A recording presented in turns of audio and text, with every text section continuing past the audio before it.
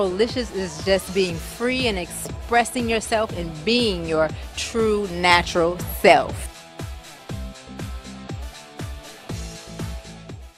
The natural hair journey starts from the inside out. You have to know that you're beautiful with or without hair, no matter what the texture or style. You have to enjoy and love who you are. I just wanted to bring a lot of women together with the same texture of hair to celebrate and learn how to do our hair, take care of our hair, do different styles, because I think it complements us best. You know, I think the natural state, the hair and the natural, well, hair in its natural state is just so complimentary and beautiful on us naturally.